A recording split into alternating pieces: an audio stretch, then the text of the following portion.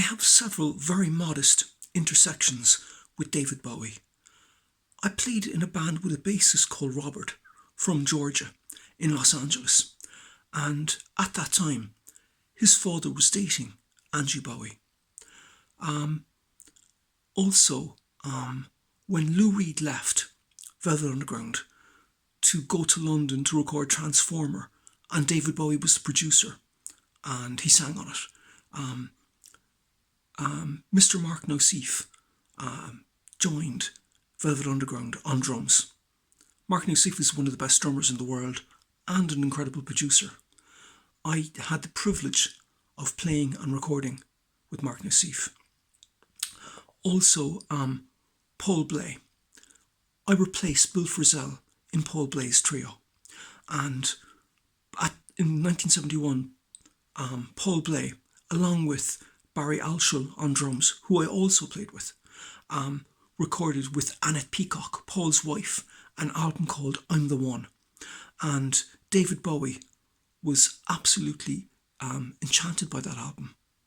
It was at the time, it was one of the most influential albums that he was listening to.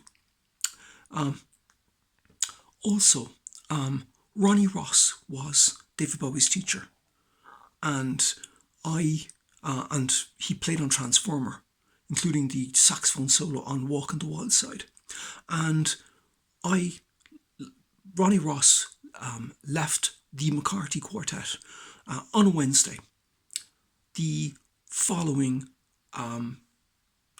Saturday, I was a member of the McCarthy Quartet, and David Bowie was a major fan of Peaky Blinders, and I taught Cillian Murphy between 1991 and 1995. I was his teacher and mentor, and basically Cillian Murphy sent David Bowie a flat cap, and David Bowie took a picture of himself and sent it back to Cillian, and also bequeathed his last album, the rights, the ability for Peaky Blinders to take advantage of that album as they so wish.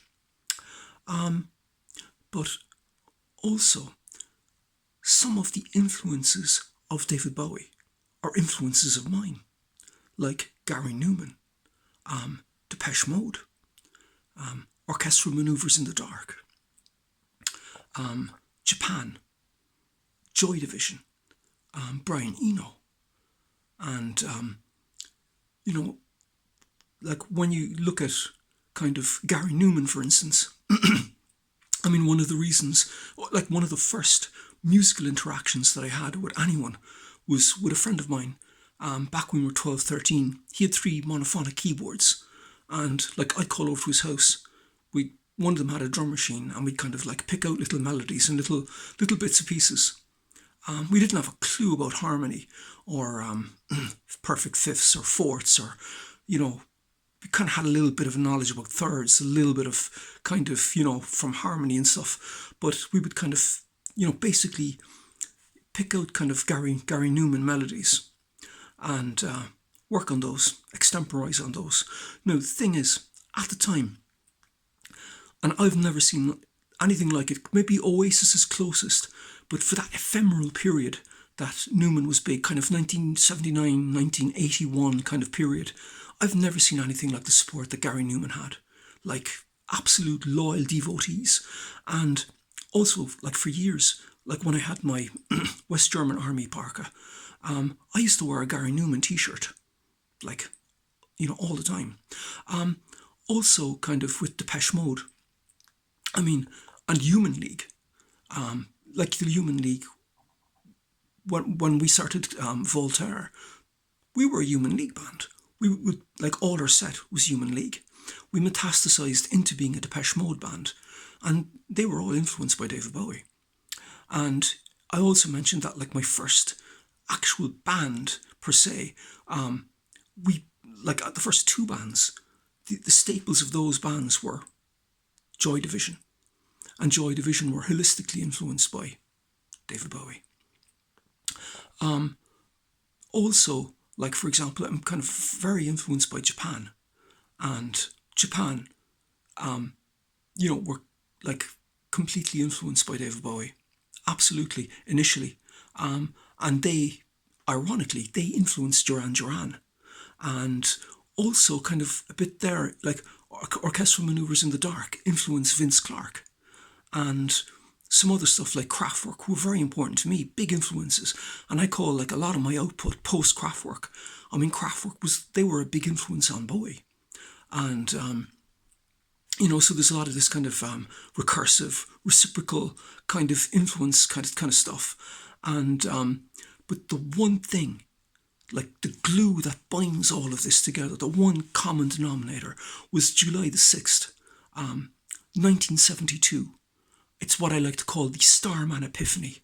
That's David Bowie's appearance on Top of the Pops. And that influenced most of these guys to form bands and to become musicians, seeing that. So that's like the influence that Bowie had. And again, a very ironic thing was I was a bit of a child star in 1972. And I was on like the front of the Hollybow, which was like a kind of major thing at the time, and a major thing in this area, this region. Actually, kind of in the south of Ireland, it's one of the biggest things. And around July 1972 is when that photograph was taken. So, like, how things all come together is quite amazing.